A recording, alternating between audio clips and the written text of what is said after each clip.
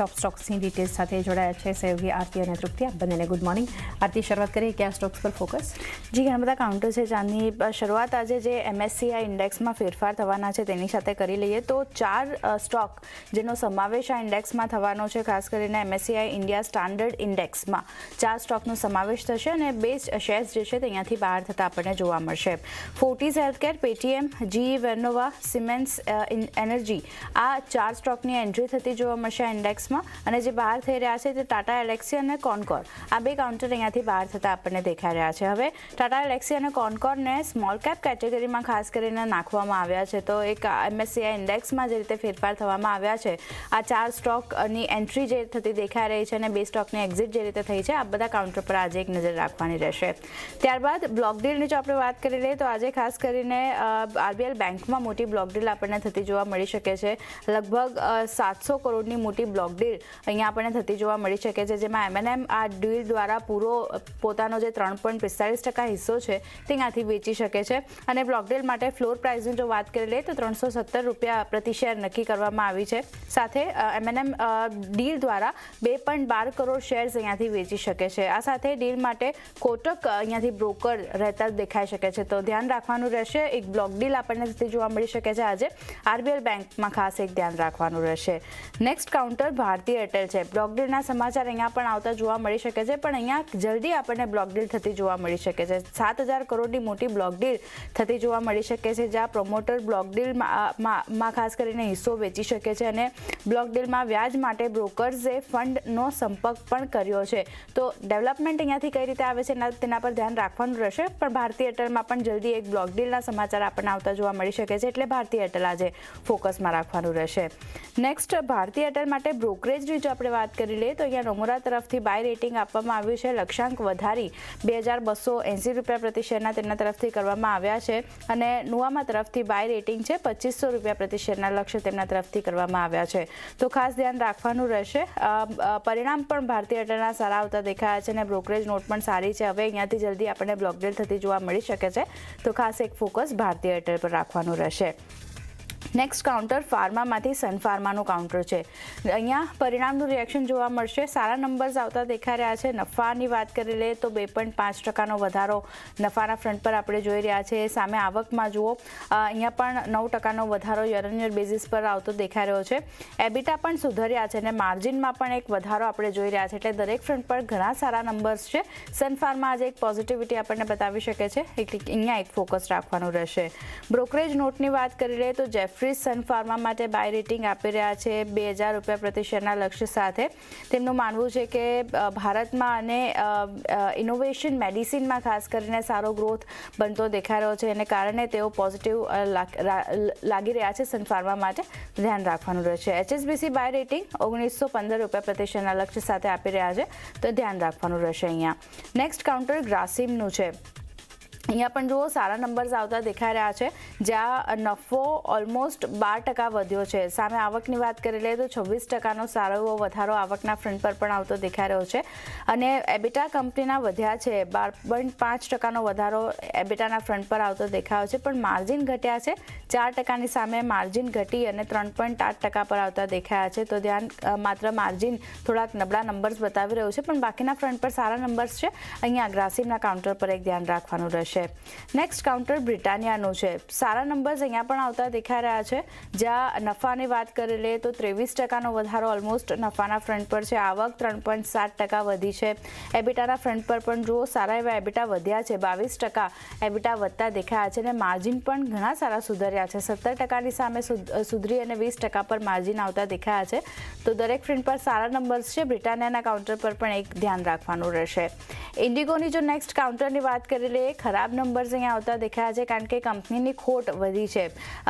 જે લગભગ હતી 988.8 કરોડથી વધી 2582 કરોડની આસપાસ આ ખોટ જે છે તે આવતી દેખાઈ રહી છે. સામે આવકમાં જુઓ 9.3%નો વધારો આપણે જોઈ રહ્યા છે. એબિટાના ફ્રન્ટ પર 85% એબિટા વધ્યા છે. યર ઓન યર બેઝિસ પર આપણે આ નંબર જોઈ રહ્યા છે અને માર્જિનમાં પણ સારો સુધારો આવતો દેખાય છે. પણ કંપનીની જે ખોટ વધી છે એને લીધે થોડી ચિંતા અહીંયાથી વધતી દેખાઈ રહી છે. આ સાથે જ રેન્ટલ એરક્રાફ્ટ એરક્રાફ્ટ મેન્ટેનન્સ ચાર્જીસની વાત કરી લઈએ ત્યાં પણ એક વધારો થતો દેખાઈ રહ્યો છે અને ફોરેક્સ લોસમાં પણ વધારો છે અને ફોરેક્સ કોસ્ટ વધવાથી ખાસ કરીને ઇન્ડિગોની ખોટ જે છે તે આપણને વધતી દેખાઈ રહી છે. તો એને કારણે એક ફોકસ ઇન્ટરગ્લોબ એવિએશનના કાઉન્ટર પર પણ રાખવાનું રહેશે. વાત કરી લઈએ બ્રોકરેજ નોટની તો જેફરીઝ તરફથી બાય રેટિંગ તેઓ આપી રહ્યા છે 7,025 પ્રતિ શેરના લક્ષ્ય સાથે. સિટી તરફથી પણ બાય કોલ છે, અહીંયા 6,500 પ્રતિ શેરના લક્ષ્ય સિટી આપી રહ્યું છે. તો પોઝિટિવ બ્રોકરેજ નોટ છે, ખોટ વધી છે કંપનીની, પણ બાકીના દરેક ફ્રન્ટ પર સારા નંબર્સ છે. અહીંયા એક ફોકસ રાખવાનું રહેશે કઈ રીતે સ્ટોક રિએક્ટ કરે છે. નેક્સ્ટ કાઉન્ટર ઇન્ડિયન હોટલ્સનું છે. દરેક ફ્રન્ટ પર સારા નંબર્સ તો નથી, મિશ્ર નંબર્સ કહી શકાય, કારણ કે નફો ઘટ્યો છે. જુઓ 48.6% ઘટાડો નફાના ફ્રન્ટ પર આવતો દેખાઈ રહ્યો છે. સામે આવકની વાત કરી લઈએ તો 11.8% આવક વધી છે. સાથે એબિટામાં ફ્રન્ટ પર પણ સારા નંબર્સ છે, ઓલમોસ્ટ 15% કંપનીના એબિટા વધ્યા છે અને માર્જિન સુધર્યા છે. તો નફો ઘટ્યો છે પણ બાકીના ફ્રન્ટ પર સારા નંબર્સ છે. ઇન્ડિયન હોટલ્સ પર પણ એક ફોકસ રાખવાનું રહેશે. બ્રોકરેજ નોટની વાત કરી લઈએ ઇન્ડિયન હોટલ માટે HSBC બાય રેટિંગ આપી રહ્યા છે 964 પ્રતિ શેરના લક્ષ્ય સાથે અને જેફરીઝ તરફથી પણ બાય કોલ છે 935 પ્રતિ શેરના લક્ષ્ય તેમના તરફથી મળતા દેખાઈ રહ્યા છે. એટલે અહીંયા એક ધ્યાન રાખવાનું રહેશે. ઓરબિંદો ફાર્માની જો આપણે વાત કરી લઈએ તો અહીંયા પણ નંબર્સ આવતા દેખાયા છે. જ્યાં નફાની વાત કરી લઈએ તો વધારો જોઈ રહ્યા છે 817 કરોડની સામે 848 કરોડની આસપાસ નફો આવ્યો છે. આવક વધી છે. એબિટાના ફ્રન્ટ પર પણ નંબર્સ આપણને સુધરતા દેખાઈ રહ્યા છે અને માર્જિન જે 20% પર હતા ત્યાંથી 20% એટલે માર્જિન આપણને ફ્લેટ રહેતા દેખાઈ રહ્યા છે. ધ્યાન રાખવાનું રહેશે. ઓરબિંદો ફાર્મા માટે એક સારા નંબર્સનું રિએક્શન અહીંયા પણ આપણને જોવા મળતું દેખાઈ શકે છે. આ સાથે છેલ્લે વાત કરી લઈએ ટ્યુબ ઇન્વેસ્ટમેન્ટની તો ટ્યુબ ઇન્વેસ્ટમેન્ટના નંબર જે રીતના આવતા દેખાઈ રહ્યા છે અહીંયા પણ માર્જિન ફ્લેટ રહેતા દેખાઈ રહ્યા છે. પણ નફો વધ્યો છે, આવકના ફ્રન્ટ પર એક વધારો આપણે જોઈ રહ્યા છે ને એબિટા પણ 490 કરોડની સામે વધી 544 કરોડની આસપાસ એબિટા આવતા દેખાયા છે. તો સારા નંબર્સ છે અહીંયા પણ એક ધ્યાન રાખવાનું રહેશે ટ્યુબ ઇન્વેસ્ટમેન્ટ માટે. તો ઘણા બધા કાઉન્ટર છે, ખાસ કરીને MSCI ઇન્ડેક્સમાં જે 4 શેર્સની એન્ટ્રી થવા જઈ રહી છે એમાં એક એક્શન જોવા મળશે. બ્લોક ડીલના સમાચારમાં RBL બેંક પર ફોકસ રહેશે. ત્યારબાદ Bharati Airtel, Sun Pharma, Grasim જેવા કાઉન્ટર, બ્રિટાનિયા જેવા કાઉન્ટર જ્યાં ખાસ કરીને પરિણામનું રિએક્શન આપણને જોવા મળશે. પણ એ સિવાય તૃપ્તિ અન્ય પણ ઘણા બધા કાઉન્ટર છે જ્યાં પરિણામનું રિએક્શન, ન્યૂઝનું રિએક્શન જોવા મળશે. ક્યાં ફોકસ? શરૂઆત હું ખાસ કરીને રિઝલ્ટથી જ કરીશ. તો એસ્ટ્રોનના રિઝલ્ટ પર નજર કરશું તો વાર્ષિક ધોરણે ખૂબ જ એક પોઝિટિવ નંબર્સ અહીં આપણને જોવા મળી રહ્યા છે. કંપનીની આવક લગભગ આપણને 1577 કરોડ આવતી જોવા મળી રહી છે. નફાના ફ્રન્ટ પર નજર કરશું ત્યાં પણ પોઝિટિવ નંબર્સ છે. 135 કરોડ પર આપણને નફો આવતો જોવા મળી રહ્યો છે. એબિટાના ફ્રન્ટ પર નજર કરીએ લગભગ 257 કરોડ પર આપણને એબિટાના નંબર્સ આવતા જોવા મળી રહ્યા છે. ઇન્ટરેસ્ટિંગ છે માર્જિન આ વખતે અહીંયા સુધરતા જોવા મળ્યા છે. 100% પર માર્જિન છે અને કંપનીના આગળ જો અન્ય બિઝનેસની વાત કરશું તો ત્યાં રેવન્યુ લગભગ 29% છે અને કંપનીનો ખાસ જે પ્લમ્બિંગ બિઝનેસ છે ત્યાં લગભગ આપણને 71% એક આવકનો ગ્રોથ જોવા મળી રહ્યો છે. બ્રોકરેજ રિપોર્ટ પર નજર કરશો તો મોર્ગન સ્ટેનલી તરફથી અહીંયા ઇક્વલ વેટ રેટિંગનો રિપોર્ટ જોવા મળી રહ્યો છે. લક્ષ્યાંક તેમને 1490 પ્રતિ શેર અહીંયા કરતા જોવા મળી રહ્યા છે. ત્યારબાદ નજર કરશું બ્લુ સ્ટાર પર. અહીંયા પણ વાર્ષિક ધોરણે આપણને પોઝિટિવ નંબર્સ જોવા મળી રહ્યા છે. આવકના ફ્રન્ટ પર નજર કરીએ 2422 કરોડ પર આવક આવી છે. નફાના ફ્રન્ટ પર નજર કરશું લગભગ આપણને 99 કરોડ પર નફો જે છે આવતો જોવા મળી રહ્યો છે. એપિટાના ફ્રન્ટ પર નજર કરીએ ત્યાં પણ પોઝિટિવ નંબર્સ છે. 182 કરોડ પર આપણને એપિટાસ આવતા જોવા મળી રહ્યા છે. માર્જિનના ફ્રન્ટ પર નજર કરીએ અહીંયા પણ માર્જિન માત્ર 1% વધ્યા છે એટલે લગભગ આપણને અત્યારે 8% પર માર્જિન્સ આવતા જોવા મળી રહ્યા છે. ત્યારબાદ નજર કરશું એ છે પિરામલ ફાર્મા પર. ખૂબ જ નેગેટિવ નંબર્સ છે. વાર્ષિક ધોરણે આગળ જો નફાની વાત કરશું તો કંપની જે છે નફામાંથી અહીંયા ખોટમાં આવી છે. 23 કરોડના નફાની સામે આપણે 99 કરોડની અહીંયા ખોટ આવતી જોવા મળી રહી છે. આવકના ફ્રન્ટ પર નજર કરશું નેગેટિવ નંબર્સ છે. 2044 કરોડ પર આપણને આવક આવતી જોવા મળી રહી છે. એપિટાના ફ્રન્ટ પર નજર કરીએ એપિટા અહીંયા અડધી થઈ ગઈ છે. 403ની સામે માત્ર 224 કરોડ અહીંયા એપિટા આપણને આવતા જોવા મળી રહ્યા છે. માર્જિનના ફ્રન્ટ પર પણ ડિક્લાઇન નંબર્સ છે. 18%ની સામે આપણને 11% પર માર્જિન્સ આવતા જોવા મળી રહ્યા છે. સિન્જન પર નજર કરશું અહીંયા પણ આપણે જોઈએ છે તો નેગેટિવ નંબર્સ છે. નફો જોઈશું તો આપણે 106 કરોડની સામે માત્ર આપણને 67 કરોડ પર નફો આવતો જોવા મળી રહ્યો છે. પરંતુ રેવન્યુના ફ્રન્ટ પર પોઝિટિવ નંબર્સ છે.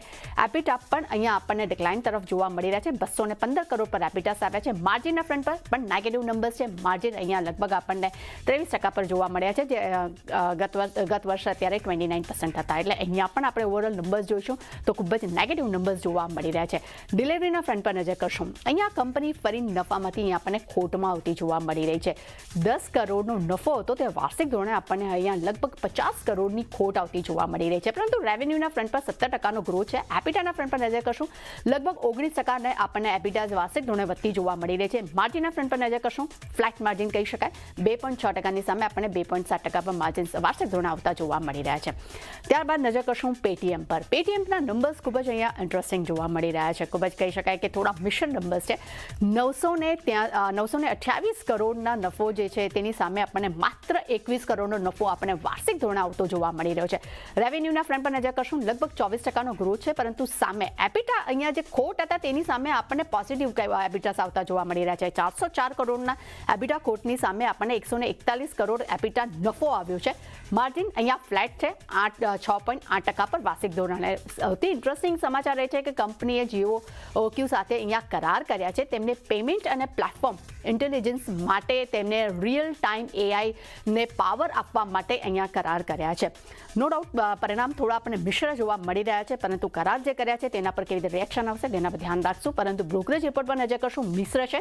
CLSA તરફથી અંડર પરફોર્મ રેટિંગનો રિપોર્ટ છે. લક્ષ્યાંક તેમને 1000 રૂપિયા પ્રતિ શેર કર્યા છે. જેફરીઝ તરફથી બાય રેટિંગ રિપોર્ટ આપ્યો છે. અહીંયા લક્ષ્ય તેમને વધારીને 1600 રૂપિયા પ્રતિ શેર કર્યા છે. એટલે પેટીએમ પર અગેન આજે ખાસ એક ફોકસ જોવા મળી શકે છે. ત્યારબાદ નજર કરશું એ છે નુવામા વેલ્થ પર. અહીંયા નફાના ફ્રન્ટ પર આપણને થોડું એક મામૂલી ઘટાડો જોવા મળ્યો છે. 254 કરોડ પર વાર્ષિક ધોરણે નફો આવ્યો છે. આવકના ફ્રન્ટ પર નજર કરશું તો અહીંયા આવક વધી છે. 1134 કરોડ પર આપણને આવક આવતી જોવા મળી રહી છે. એબિટાના ફ્રન્ટ પર પોઝિટિવ નંબર છે. 620 કરોડ પર એબિટા વાર્ષિક ધોરણે છે. માર્જિનના ફ્રન્ટ પર નજર કરશે તો અહીંયા માર્જિન અહીંયા સારા એવા પોઝિટિવ થયા છે. લગભગ 55% પર આપણને એબિટા માર્જિન વાર્ષિક ધોરણે આવતા જોવા મળી રહ્યા છે. એટલું જ નહીં, કંપનીએ 70 રૂપિયા પ્રતિ શેર વચગાળા અને ડિવિડન્ડની જાહેરાત કરી છે. અને કંપની એક શેરને 5 શેરમાં વિભાજિત કરવા માટે પણ, એટલે કે શેર વિભાજિત માટે પણ કંપનીને અહીંયા મંજૂરી મળતી જોવા મળી રહી છે. એટલે ખૂબ જ પોઝિટિવ નંબર્સ અહીંયા કહી શકાય. ન્યૂઝ બેઝના આધાર પર નજર કરશું તો અદાની એનર્જી પર પહેલા નજર કરી લઈએ તો LNJ ભીલવાડા ગ્રુપના ટેક્સટાઇલ યુનિટ RSWM સાથે કંપની અહીંયા કરાર કર્યા છે. તેમને 60 મેગાવોટ રિન્યુએબલ એનર્જી માટે અહીંયા કંપનીએ કરાર કરતી જોવા મળી રહી છે. એટલે પોઝિટિવ સમાચાર આપણે કહી શકાય. TCS પર નજર કરશું, અહીંયા ABB સાથેના કરાર કંપનીએ જે છે તેમને 18 વર્ષ માટે વધાર્યા છે. જે ખાસ કરીને આઈટીના આધુનિકરણ, ડિજિટલ ફાઉન્ડેશન છે તેને મજબૂત બનાવવા માટે કંપનીએ આ કરાર કર્યા છે. એટલે આજે બંને જ કાઉન્ટર્સ ફોકસમાં રહેશે, TCS અને ABB, અને આજે ABBના રિઝલ્ટ પણ આવવાના છે એટલે એના પર પણ ધ્યાન રહેશે. ત્યારબાદ નજર કરશું એન્જલ વન પર. ખૂબ જ અહીંયા આપણને ઇન્ટરેસ્ટિંગ નંબર્સ છે. કંપનીના ડેટા આવ્યા છે, ઓક્ટોબર ડેટા, જેમાં ક્લાયન્ટ બેઝ જે છે તે અહીંયા વાર્ષિક ધોરણે અને QOQ ધોરણે બંને જ વધતા જોવા મળ્યા છે અને 3.45 કરોડ પર નંબર્સ આપતા જોવા મળી રહ્યા છે. પરંતુ સામે ઓક્ટોબરમાં આપણે ગ્રોસ ક્લાયન્ટ એક્વિઝિશન જે છે ત્યાં 20%નો ઘટાડો આવ્યો છે. અહીંયા એક ડિક્લાઇન નંબર્સ છે જે ખૂબ જ મોટો છે. એટલે ખાસ કરીને થોડાક એક મિશ્ર હું કહીશ ડેટા આવતા જોવા મળ્યા છે. ઝાયડસ લાઈફ પર નજર કરશું. અહીંયા પોઝિટિવ ન્યૂઝ છે આપણી સમક્ષ. ઝાયડસ લાઈફ યુનિટને ક્લીન ચીટ મળી છે US FDA પાસેથી. તેમને અમદાવાદ ખાતે SEJ યુનિટ જે છે, સેકન્ડ યુનિટ જે મેન્યુફેક્ચરિંગ યુનિટ કહેવાય છે, તેને EIR મળ્યું છે અને 11 થી 14 ઓગસ્ટની વચ્ચે અહીંયા તપાસ હાથ ધરવામાં આવી હતી. એટલે ઝાયડસ લાઈફ માટે ખૂબ જ એક પોઝિટિવ સમાચાર આપણે જોઈ રહ્યા છે. ત્યારબાદનું કાઉન્ટર એ પણ ફાર્માનું છે. માર્ક્સન ફાર્મા પર નજર કરશો, અહીં તેમની UK બેઝ કંપની જે છે તેની સબસિડરી કંપની તેને UK MHRA પાસેથી અહીંયા ક્લોનિડાઇન 100 માઇક્રોગ્રામ જે બ્રેસ્ટ કેન્સરની દવા છે તેના માટે અહીંયા કંપનીને મંજૂરી મળતી જોવા મળી રહી છે. એટલે પોઝિટિવ સમાચાર અહીંયા પણ જોવા મળી રહ્યા છે. અને છેલ્લે નજર કરશું એ પણ ખાસ કરીને ફાર્મા કાઉન્ટર જ છે, એ છે ગ્રેન્યુઅલ ફાર્મા. અહીંયા US FDA પાસેથી તેમને ખાસ કરીને પ્રી મંજૂરી માટે તેમને ગ્રેન્યુઅલ ફાર્મા યુનિટ જે છે તેને અહીંયા EIR મળતું જોવા મળી રહ્યું છે. એટલે ખાસ કરીને આ પણ એક પોઝિટિવ સમાચાર છે. અને સાથે એ પણ જણાવી દઉં કે કંપનીને આ યુનિટ માટે એક અવલોકન પણ મળ્યું હતું, જેના નિરીક્ષણને પર કંપનીએ પોતે જે અવલોકન મળ્યું છે તેનો તેમને ઉકેલ પણ લાવ્યો છે. એટલે પોઝિટિવિટી અહીંયા જોવા મળી રહી છે આપણને. એટલે ચાની નો ડાઉટ ઘણું બધું લાંબુ લિસ્ટ છે અમારા તરફથી, પણ દરેક પર આજે સારી એવી એક્શન રહેશે. જી, આ બધા સ્ટોક્સ